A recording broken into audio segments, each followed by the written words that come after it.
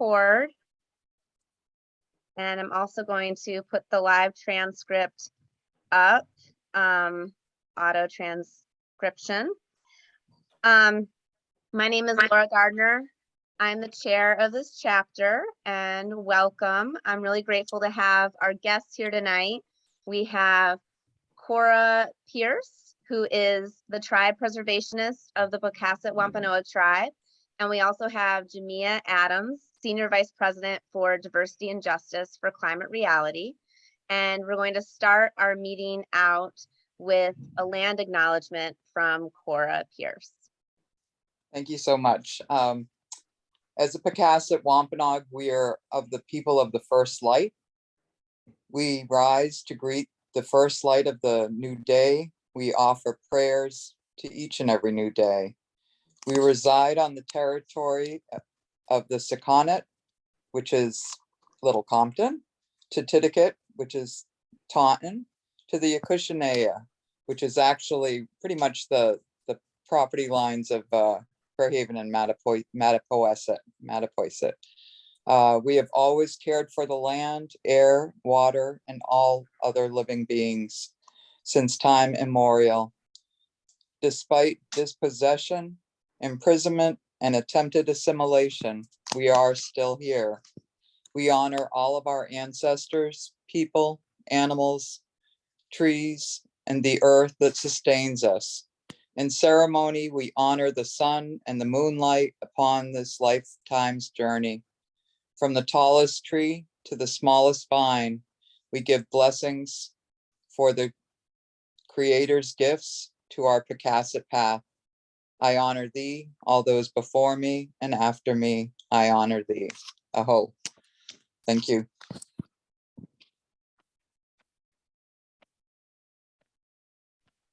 Thank you so much.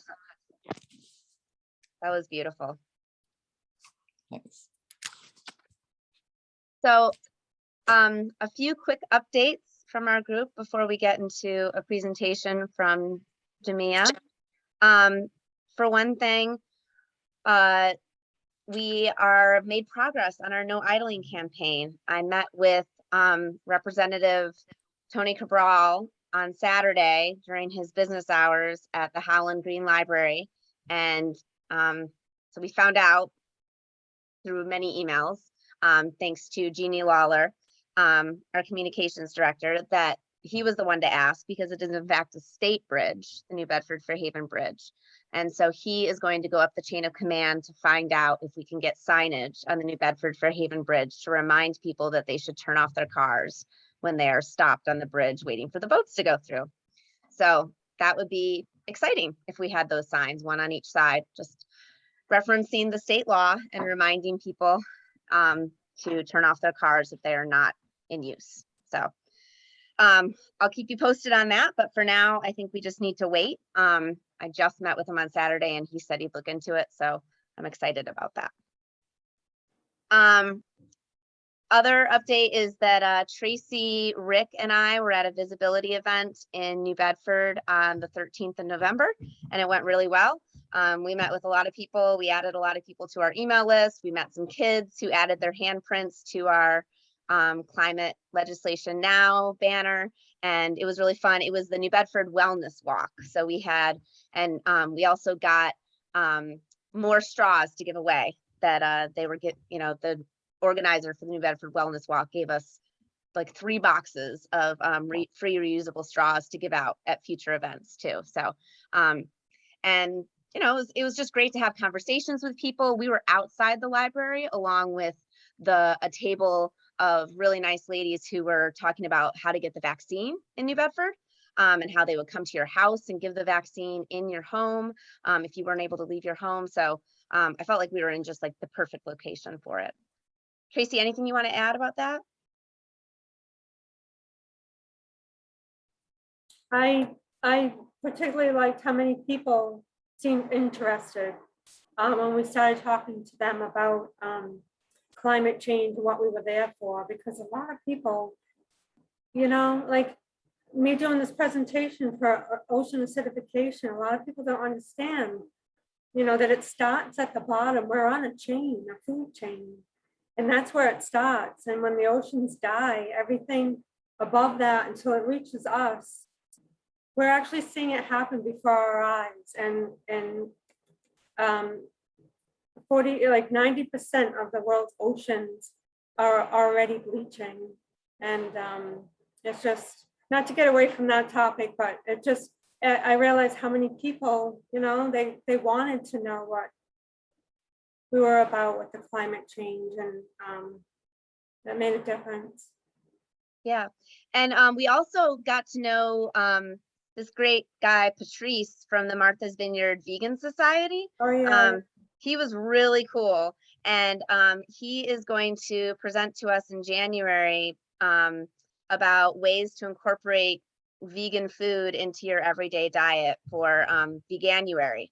So we're kind of excited. I'm excited about that. So it's not that you have to go. I can't remember what their catchphrase was, Tracy.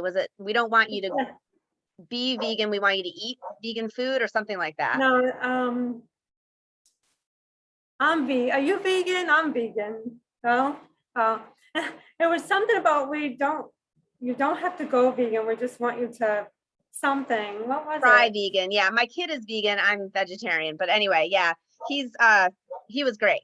So Yeah, that was pretty cool. And then the other update is that the Green Future Now bill, there's one more phone bank for it on Wednesday. And then there's a postcard writing campaign in January. So I just put the link for the postcard writing campaign in the chat. If you want to sign up for that, you know, handwritten postcards make a really big difference in convincing people to call their legislators about the bill. And this is a bill that would put a tax on carbon here in Massachusetts. And it is a bill that centers environmental justice as well. So what time is the phone bank on Wednesday? the phone bank is at 7 on Wednesday. Okay, I can do that. Cool. Okay, I'll send you the link for that. I'll put the link for that in the chat too. And that's all I have right now, unless anybody else has any other updates. Yes, that's the passcode, Anne.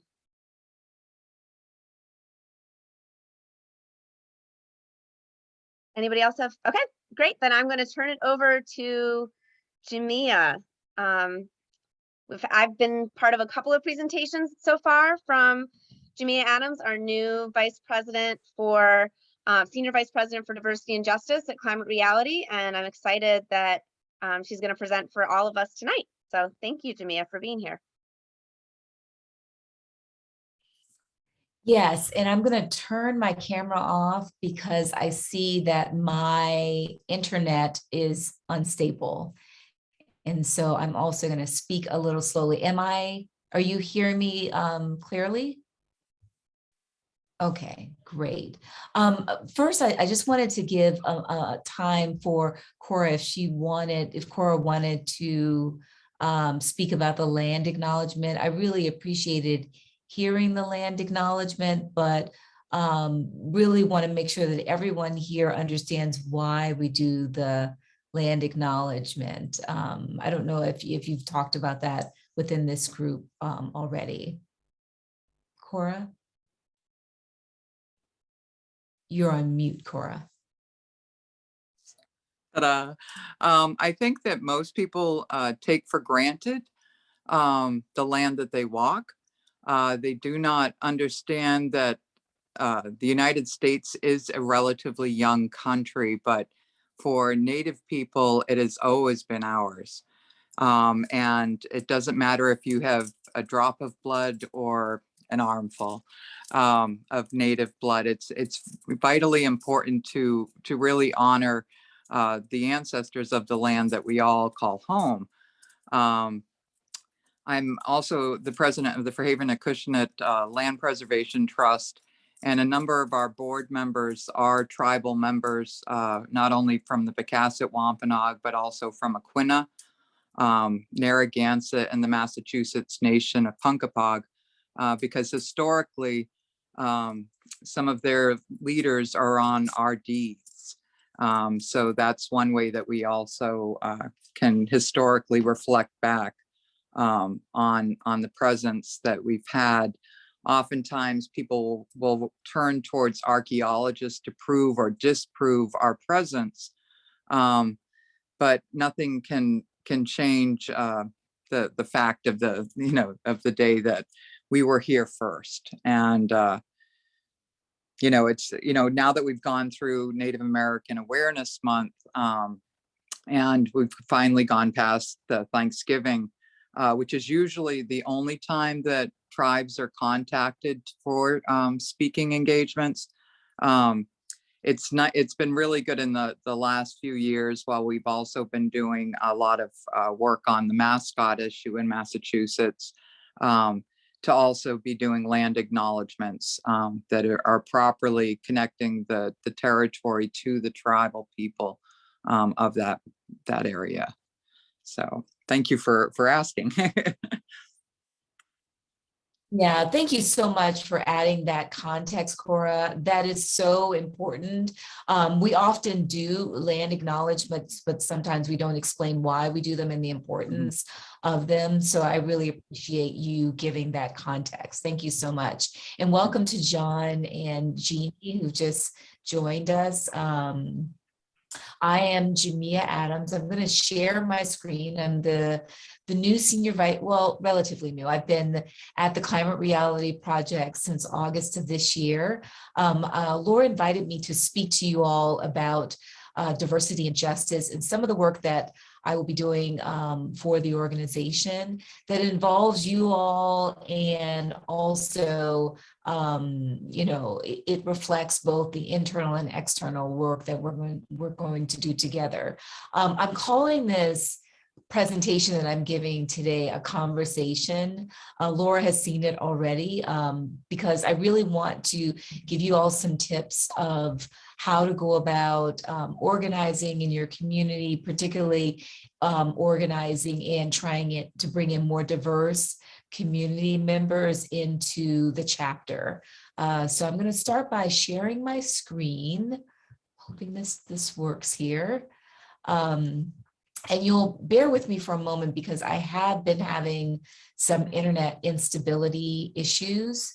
So let's see here. Can you all see my first slide? Yes. Okay, wonderful. Okay, so diversity, equity, inclusion, and justice within the chapters. So I wanted to start by just explaining, and I'm actually going to go off of camera just so that I can have a little bit more stability here. Let's see.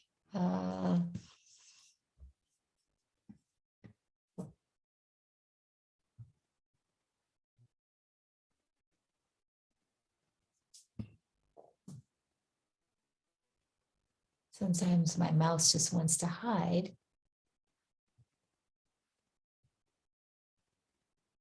There. Oops, no.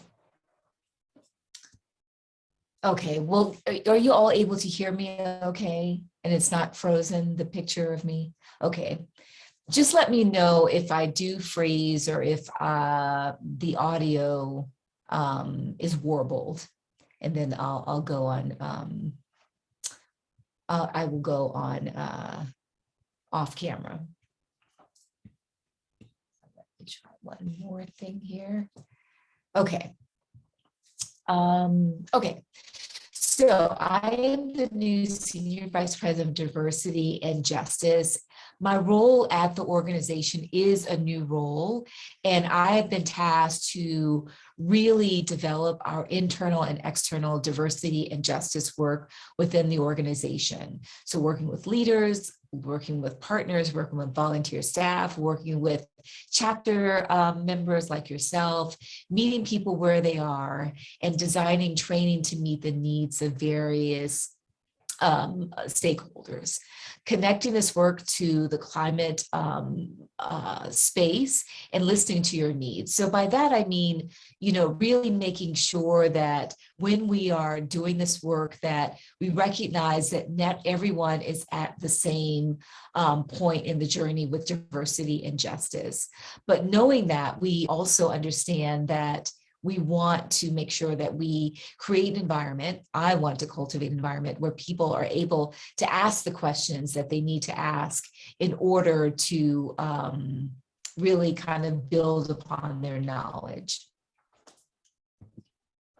So with that, you know, and I know you all have gone over the diversity agreements, but I just want to review them again because they're an important kind of launching point for all of the conversations that we have. So assuming good intentions, and note that good intentions do not negate harm. So even with the assumption of good intentions, understanding that our words may have power and may bring harm if we don't have education that we need. So stepping up, stepping back, making sure that, you know, we do lift our voices and voice our concerns, voice our questions, but we don't monopolize the conversation. Speaking from an I perspective, your own experience, do not speak for others. You know, if you're in this group and there's someone who's brought up a position, make sure that you allow that person to express that, position, and not really speaking for any other groups or anyone beside yourself. Seeking to understand, practice active and deep listening, and disagree without discord. You know, we are all here because we care about the planet, because we care about sustainability, because we care about climate and environmental justice, but we may have different strategies at coming to this fight. And so understanding that we can disagree without discord, we can disagree respectfully, and accept that there is no quick fix. I want us to keep in mind that people of color cannot bear the responsibility of teaching white people about race and racism. And I say that with a caveat that we can't always lean on our diverse communities to be that educating moment, but in instances where we are in fellowship together and there's an opportunity to ask that question, please do ask that question, particularly of me as a person of color. I welcome your questions, but I also welcome you to seek out that information as well. There's such a great resource, you know, books, museums, a lot of different resources that we can seek out to gather that education as well. Microaggressions can cause macro harm. Does everyone understand what microaggressions are? Okay. Is there anyone who does not understand what microaggressions are? Because I want to define it if we don't all understand it. And I see that my internet is unstable here. Could you explain it, please?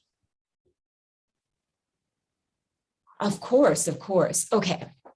So a microaggression is a small harm that generally is made within the space of diversity, equity, inclusion. I'll give an example. Perhaps if one is a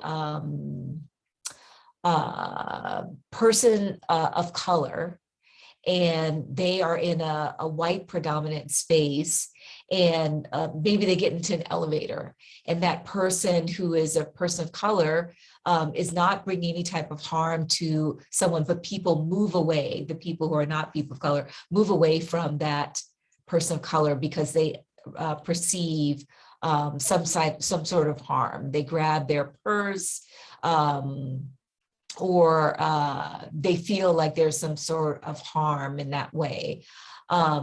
So just, you know, using our biases that can be subtle things, but they can turn into bigger things.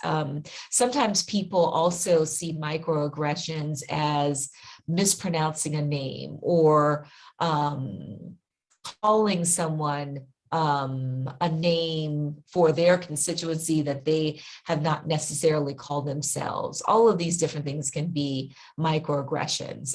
They're not outright racist ideas or actions, but they can be perceived as microaggressions because they can bring harm. They're smaller pieces. So just being cognizant of those things is really important. People with all abilities can be Climate Reality chapter members and leaders, and we must work together to build a strong movement. Oh, you know what? I'm going to go back to that. Did anyone have any questions there? Okay. So how do we navigate diverse communities? I know a lot of the work that you all want to do is really build the advocacy work that you're doing, build the education work that you're doing around climate. And for that, you may want to reach out to communities that are folks who maybe don't look like you. So ask questions. Know that you don't have to have all the answers. Cross-cultivate and attend meetings with those you want to forge a new relationship with. Say there is a lack of youth members.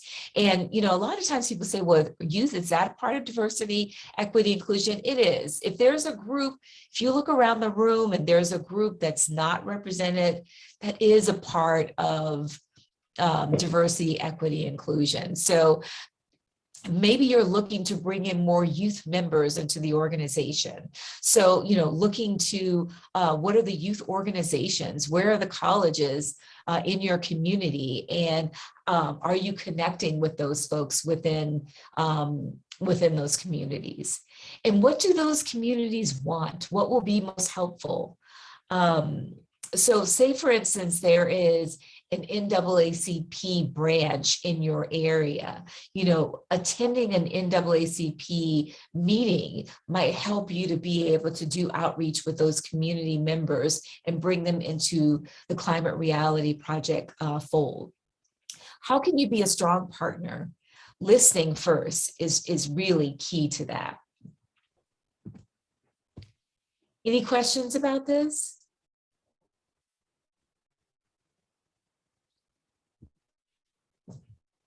So this is who we collectively are. At the Climate Reality Project, we are committed to building a more just and equitable world, one where all voices are heard and that encompasses a diversity of race, religion, color, national origin, sex, sexual orientation, gender identity, age, and/or physical ability.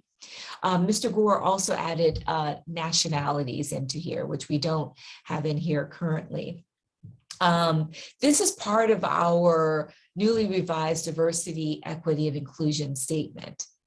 The Climate Reality Project understands how critical the need is for a diverse, inclusive, equitable, and just approach to solving the global climate crisis.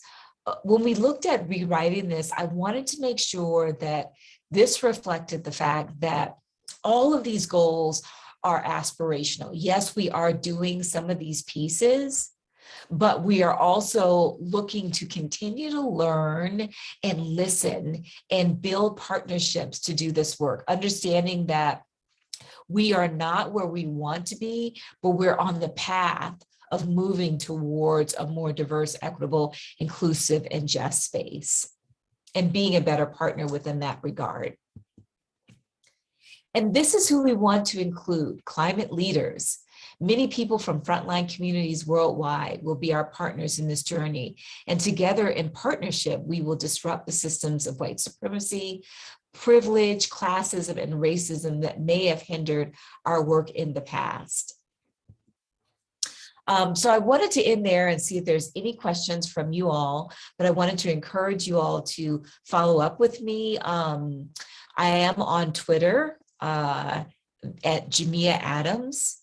And I wanted to, hold on one second, I'm gonna stop the share here. I wanted to just take a moment to answer any questions that you may have. We have such a small group today, and I know this is being recorded for the members who, the chapter folks who couldn't attend tonight. But I just wanted to avail myself for any questions that folks may have. And no question is too controversial or too whatever. We want to really build that that work together and have a conversation. So.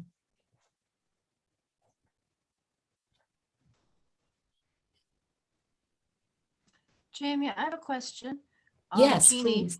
I'm an Yes, education person for our meeting, like help send, help, get communications out about the stuff we do. And I'm wondering what I can do, what the chapter can do to reach more people. I mean, we have the city, I noticed you're not in this area. I think you're, but we're located, most of us, in the Fairhaven and New Bedford area in South Coast Mass. New Bedford itself has right next door, and it has a pretty good sized community of from Cape Verde and Portugal, as well as some other immigrant communities, Latina, as well as a whole couple of neighborhoods that are more people of just mixed people of color. I honestly don't know specific nationalities there, or backgrounds. But the question is how to sort of connect, because it feels very much like this is kind of this movement here that, and some of the walks and marches I've gone to, even affiliating with our nearby university, UMass Dartmouth, it's a very white movement. It's a very white movement in this area. And do we set a goal? Do we, I mean, clearly we'd love to incorporate more broader perspectives, but what would be the, okay, let's say I decide one of us goes to the NAACP chapter meeting. Why are we there? Just to start with, really just wondering. Yeah, so sure. So one thing, and I didn't talk about this, and I think I talked about this during the last convening, we want to make sure that when we're reaching out to diverse communities, it's not transactional. So there's an exchange in the sense of, that very valid question that you asked about why are we there is important. We don't want to just say, well, we're at this meeting to try and get you to come to our meeting. We're there because we want to learn what issues those other civic engagement, those other advocacy leaders are doing within a constituency framework, and learn how we can get involved and maybe cross-pollinate. Cross-pollination is so important. You reference where where I am. I am actually in Northern California. I'm based in Northern California, but when I started doing work around advocacy and diversity, equity, inclusion, I was doing immigrant work, and I was doing work around voting rights, and work around healthcare, and work around climate and environmental justice, and really seeing the intersections of those pieces, of those issues. So when you are reaching out to communities that don't look like yours, you want to come authentically and start by asking questions. I think it's key to, I'm going to turn my camera off because I see it's unstable again. I think it's key to attend those meetings and maybe listen for a little bit, and really not, I wouldn't necessarily set a goal because that sounds transactional. I would really want to be authentic in the sense of really trying to make those inroads. And I would start with looking at what's the easiest group of folks to kind of bring on board. And it may be young people, maybe looking to, family members and friends and neighbors who might be interested in climate, and bringing them into the fold first, and then looking at those other communities. And I'd say, when you're looking at New Bedford and other communities that have a propensity of communities of color, really coming there authentically and attending some festivals, attending some events that they are hosting, and tabling there. Climate reality tabling would be really important. I also want to ask too, like, we're in a pandemic right now. We are all on Zoom. I assume you all haven't started with in-person meetings again. How is the community dealing? Because it seems to be so ad hoc with the pandemic. Everybody's doing different things. Like, are people having in-person meetings? I'm curious about that. And I see that John has his hand up too with a question. Well, I wasn't going to talk about, I think some people are having in-person meetings and many aren't. But I became a life member of the NAACP in 1969 or 70. And I occasionally go to NAACP meetings. I haven't been in a couple of months, but I do attend them. And the local branch, the New Bedford branch, is interested in school resource officers, that's police and schools, and a number of other issues. At the meetings I've attended, they haven't talked about environmental issues. So you said, Jamiah, first of all, I'm really glad you're here. I think that's a really important issue that you bring up, and I'm very glad that you're here spending time with us. I was mayor of New Bedford in the late 1900s, a long time ago. In my first inaugural, I mentioned the environment, the first mayor to do that. And the reason I mentioned it is because New Bedford is a very diverse city, and the city never thought that we had a right to a clean environment.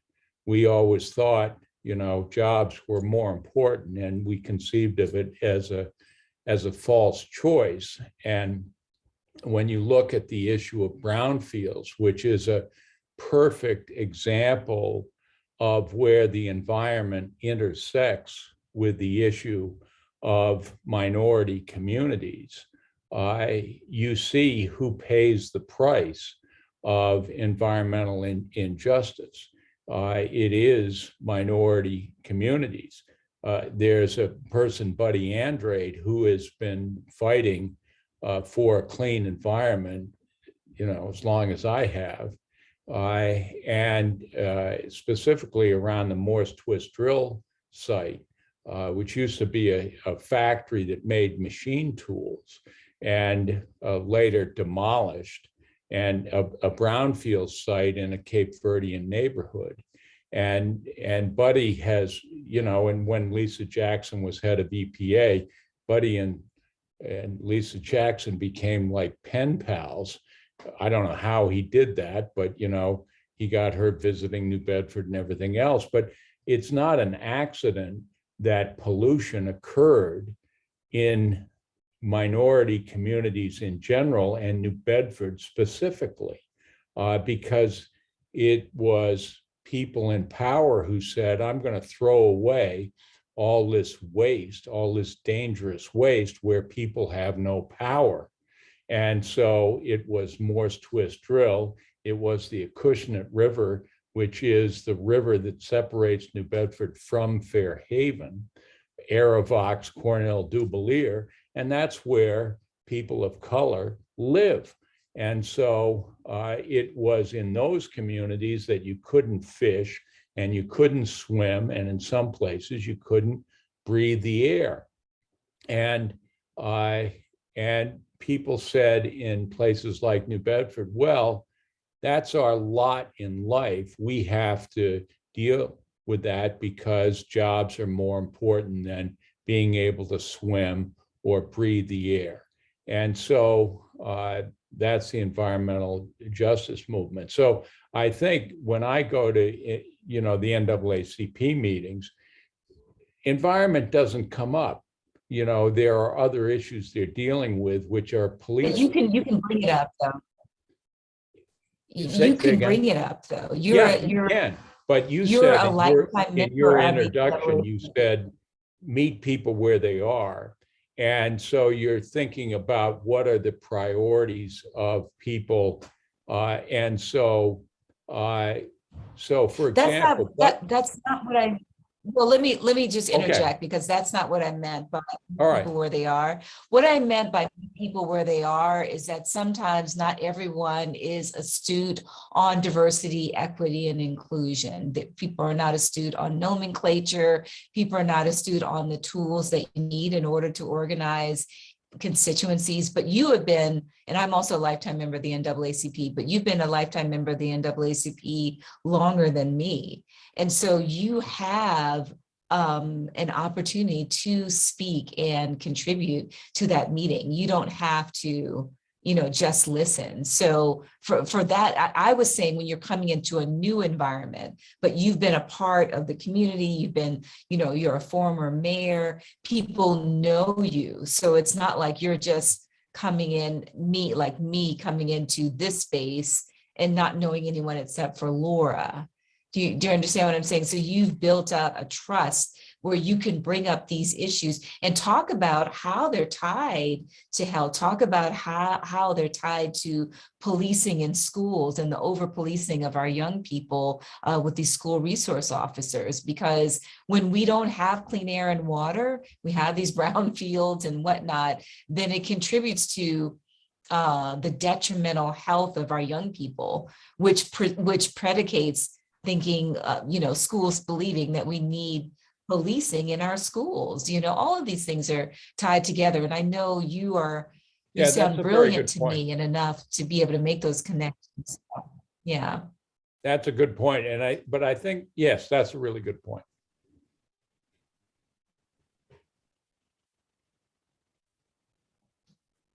Yeah. Any other questions or comments there? I just want to commend you, John, for being a part of the NAACP.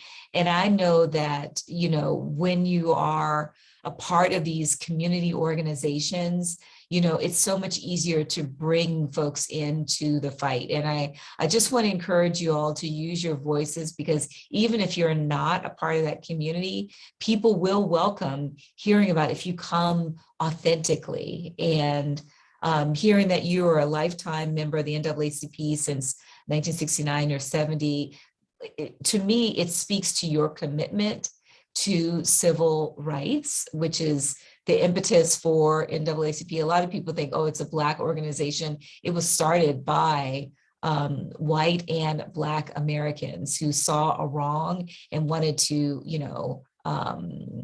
bring attention to the race riots that were happening in our country. Right. So, right. We can't do this alone, we have to work together. Right.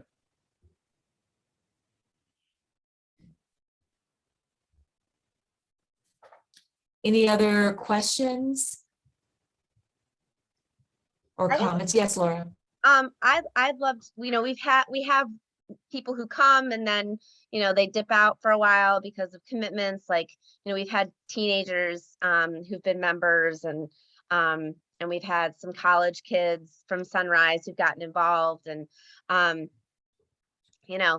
love any ideas on how to re-engage people or, catch them. It just seems like everyone's really busy all the time. And I do think youth are a key part of diversity. And, it's something that a lot of us were really excited about in the beginning, was having young people at our meetings.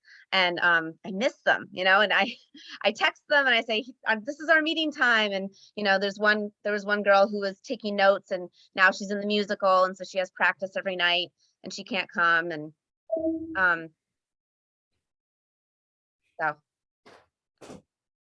I didn't know if you had any ideas on how to read. That is, I do. And I just want to say this. One is that the issue with finding young folks to be a part of these movements are the same in many different organizations. I've worked for Move On, I worked for Sierra Club, I worked for the NAACP, and we all had, as an organization, a challenge finding young people. And it's exactly because of what, I'm going to turn the camera off again. It's exactly because of what you said, Laura. It's a time commitment. That's why many of our volunteers tend to be older because they've retired or because they have a little bit more time. That stated, I would say continue after them, continue asking them to commit. Continue asking them for ideas. I'm not a young person, so I would say go to the young people and ask them, hey, what can we do to bring you in? And what are you all doing too that we can join in with? One thing that we're going to do at the Climate Reality Project that I talked to the engagement team was putting together an intergenerational training. I really want us to do an exchange between our more experienced advocates and volunteers and our younger volunteers, so that the younger folks can understand the need for what the pace of activism is, and understand about patience sometimes, and that sometimes we have protracted fights. And the older, more experienced folks can understand some of the tools that we're using around social media, digital media, SMS, texting, and whatnot, to really get our messages out and to build upon some of the free tools that we can use to advocate for. I think, there's a gap in communication between the two entities. And I try to bring those two groups together as much as possible. But I think, Laura, what you're doing is, continuing to send out those alerts to folks, even if they've attended one meeting, and asking them to come again. I think now it's also a difficult time because of the pandemic and the isolation of different things. And, the idea of being on Zoom, and there's Zoom fatigue and whatnot. But just continue after them, and continue asking their input for how to go about doing this. We're hoping to pull off this intergenerational training toward the end of next year. But I'll be reaching out to Laura to really get your input on that, because we want to make sure that our leaders our chapter leaders and members are an integral part of that training and that intergenerational exchange.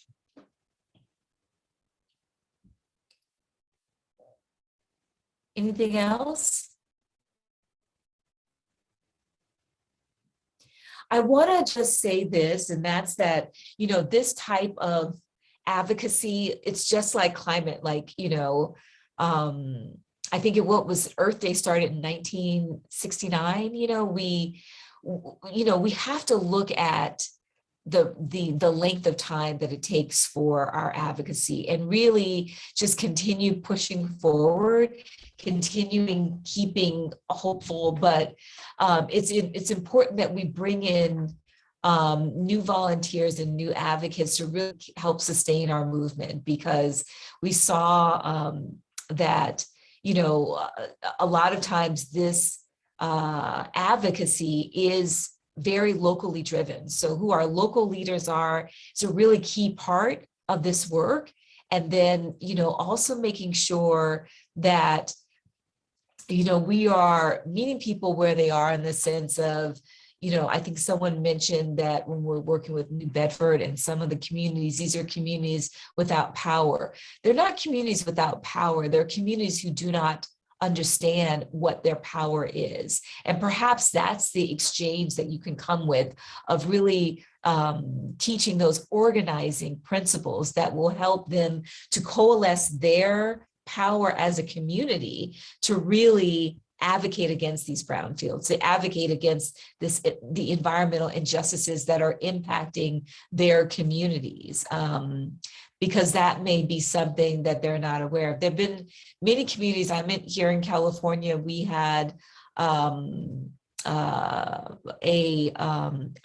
that was led by Latino leaders in the Central Valley against the nuclear facility. And they shut it down, so saying that, folks do not have power. And these are, people from humble beginnings who were able to fight against it. Of course, they had powerful allies, but, just really letting folks know that when we organize collectively, we are so much more powerful. I'm not familiar about Sharon Levine. So she spoke Can at you our, speak about- yeah, so we had a meeting in June, a webinar about plastic pollution. And so Mary Lou talked about the plastic pollution that she sees in her beach cleanups. And we had someone from someone from Break Free from Plastic speak about the connection between plastic and climate. And Sharon Levine of Rise St. James in Louisiana spoke about the work that they've done on the ground to fight back against the petrochemical plants, and they've successfully fought off 2 big companies with what you're talking about, the people power of just getting out in the streets and protesting and making it known that, you know, they live in Cancer Alley. They already have plenty of these petrochemical plants, and it's horrible for their health. And she won, what was the name of the award, Mary Lou? The Goldman, the Goldman Environmental Award. Prize. Yeah. Yeah. Yeah, that's the one most prestigious environmental prize. Yeah. And I know John, I She think it was deserved John who it. talked about Lisa Jackson. Yeah, I think John talked about Lisa Jackson, you know, understanding too that you can talk to and have folks write their regional environmental protection agency representative about these issues as well, and really advocate on that level as well. So,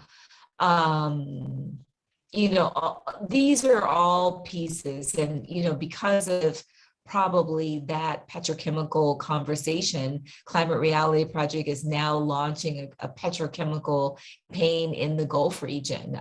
We're looking to hire an organizer who can, you know, really lead that work in that region. So, you know, this is really important work that you all are doing, whether it's education, advocacy, and whatnot. So I want to thank you all for, you know, giving me an audience. I want you all to know that I am your partner in this work. And I hope that I'm putting my email address in here as well. I just want, you know, you to know that you can reach out to me. I may not get back to you right away, but please know that this will not be our last interaction. I want to continue building this work together. So I just really appreciate all of what you're doing to really advocate for sustainability, for cleaning up our planet, for building a safe environment for all, and for fighting back against climate change. All of these different things are so necessary, and I really appreciate all your sweat equity and dedication to this issue. Thank you so much for coming to speak to our group tonight, Jamiah. We really appreciate it. Thank you. Did anyone have anything else they wanted to say about anything we've talked about tonight, or anyone have any questions for the group or for Jamiah? Go ahead, Anne. I really do appreciate both of our speakers. Actually, Cora being given the land acknowledgement, I think that was really important. And I have been doing some research on it myself, on the land acknowledgement for where I work and for where I live here. And I have recently been to a webinar that they discussed going beyond the land acknowledgement and what the next steps are, and what you can do instead of just doing a land acknowledgement, and making sure, similar to what Cora was explaining to us before. But I just wondered, like, is there anything Climate Reality in general is doing, as far as one of the slides that was at the presentation was like, land acknowledgements are great, but land back is better. And like, I just wondered in general, is Climate Reality, do they have anything that they're doing that's the next step for land acknowledgements? Maybe you know, maybe you don't. I just thought that was a really interesting thing that I've recently started working on and thinking about, like, you know, giving land back, or if you can't do that, doing other things. So I don't know if anyone can answer that. Thank you. Yeah, no, most definitely. Someone asked that question before too, during another convening. Can you all hear me? My internet is so unstable. I'm so sorry. And I totally agree that, you know, reparations, land back is so important. But this is a first step. This is a step in our journey as a country, as a community, as an organization. And I think it's important to make that first step because we're not all at that first step yet. I would love to hear if Cora wants to weigh in on that as well. But I feel like, you know, as an organization right now, you know, we can't focus on everything, but that's also why we look at partners who are doing this work. There are partners who are working on this issue as well. But right now, Climate Reality isn't specifically working on reparations or working on, you know, returning land back to its original owner. But Cora, I'd love to cede the floor to you and see if you have anything that you want to add to that. Well, with the Pocasset Wampanoag, we're in a unique situation where they were given 200 acres in 1709 by the Commonwealth, or actually by the king at the time. And it was for natives that had fought alongside Benjamin Church, who was the great Indian killer. So it's a kind of double-edged sword. It's sometimes we're still punished for the actions that transpired during King Philip's War. But we have 200 acres on the North Watuppa Pond, and it was taken by the city of Fall River in 1907.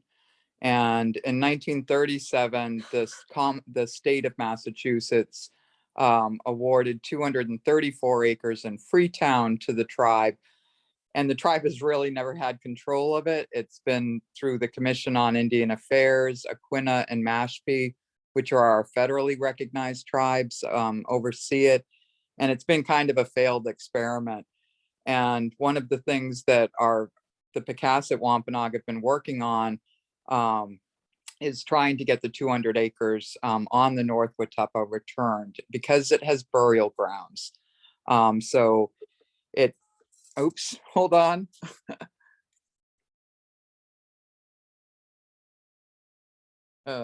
Sorry about that. The joy of my phone trying to hijack me. Because of the city of Fall River, they had taken land surrounding the Watuppa during the takings in 1907. We were actually burned out. Most of our houses had been burned out from 1885 to 1900, except for about three homes, and there's none of them standing at this point. But we've wanted to try and get that land back. So that's something that will be more in the press in a little while. We are working on it, but it's frustrating to see how many people don't even know that the Pocasset Wampanoag are still here. That Chief Page and his family have never left the city of Fall River. No, and that's why I always laugh when people go, oh, you know, we went looking, and I'm like, well, you didn't look too hard in the 80s and the 1980s, because then you had phone books you could pop into. You know, we've taken for granted how easy it is now to do research on computers, on our phones, whereas back in the day when we used to do genealogy, we would be going to the basements, the bowels of the local town halls in search of records. And now so many of them have been scanned and are available online. So, I mean, it's always an ongoing process of trying to get land back. And that's one of the things that the Fairhaven Acushnet Land Trust has been doing is accepting donations of land. Primarily, I must say we have most of our holdings are wetlands, because and people always go, why do you take the wetlands? Because that's where life is and will always be. And it's not about somebody knowing 100 years from now that we preserved this or knowing our individual names. It's about thinking for the future. And I remember a few years ago being told, oh, well, we'll never use that watershed again, you know, for our town's water supply. But who are we to say today that, in 150, well, maybe even 50 years, because I never expected half of this to happen in my 56 years of life that have transpired. Never thought that I would see so much plastic washed up in New Bedford Harbor as we now do. And have a super fund in our backyard forever. So, I mean, I think it's more a case of just being aware of, what is out there. If people know of landholders that don't want to see their land developed, that they really encourage them to donate their lands to local land trust that can, hold it as it is and not develop it. But that's easier said than done, because the almighty dollar is oftentimes people's only desire, and it's a one generation's wealth can destroy generations of occupancy, and that's always probably one of the hardest things and to deal with. And I know that we as a nonprofit, well, the Land Trust is a nonprofit. It's always been difficult to engage folks of various ethnicities, but we're doing it because we're trying to engage children as well as their parents, and giving them an ownership. We hold more land on waterfront than the town of Fairhaven does. So that's always when nobody wants to pay for parking. I always encourage people to use our trails to get to the beach. Thank you so much for that. That's Thank just you so both. cool. Yeah. Well, this was amazing. Thank you so much. I think I definitely learned a lot, and I'm really grateful to both of you for coming to our meeting tonight and sharing with us. And I'll be sure to share out this presentation with the others in our group so they can benefit from it as well. And I'm really grateful for all of you. Our next meeting will be the January 3rd, Monday, January 3rd. And we will have Peirce here from the Martha's Vineyard Vegan Society to talk about ways that we can all incorporate plant-based foods into our diet for that month, and about a little bit about how having a more plant-based diet is great for the planet and for sustainability. And we will continue this conversation. This is obviously an ongoing conversation. And I am excited to continue with all of you. So thank you. Thank you all. Okay, bye. Well, bye-bye. Thank you. Thank you. Take care, everybody. You too, Mary Lou.